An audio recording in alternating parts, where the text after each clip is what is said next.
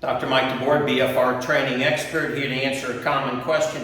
How do you know if BFR is working? Dex here is doing bicep curls. How does he know? I'm going to give you the short answer, then explain it. If he feels the burn, the lactic acid, he's doing BFR efficiently and correctly.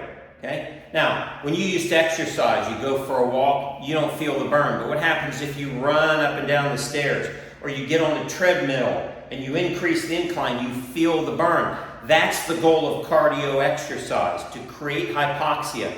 Drop in oxygen and feel the burn. That's where all the adaptation happens. When you're lifting weights, you know if you lift light weights, you're not going to build muscle. What do you got to do? You got to lift heavy weights. What happens when you lift heavy weights? You feel the burn and you start to create lactic acid.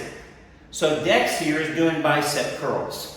And if he's feeling the burn within about 20 or 30 seconds, he's actually using more oxygen than's flowing. You see, the bands have slowed down this flow of oxygen. So now he doesn't have to do high intensity exercise. He can do light exercise. He's using more oxygen than's flowing. And trust me, he's feeling the burn right now.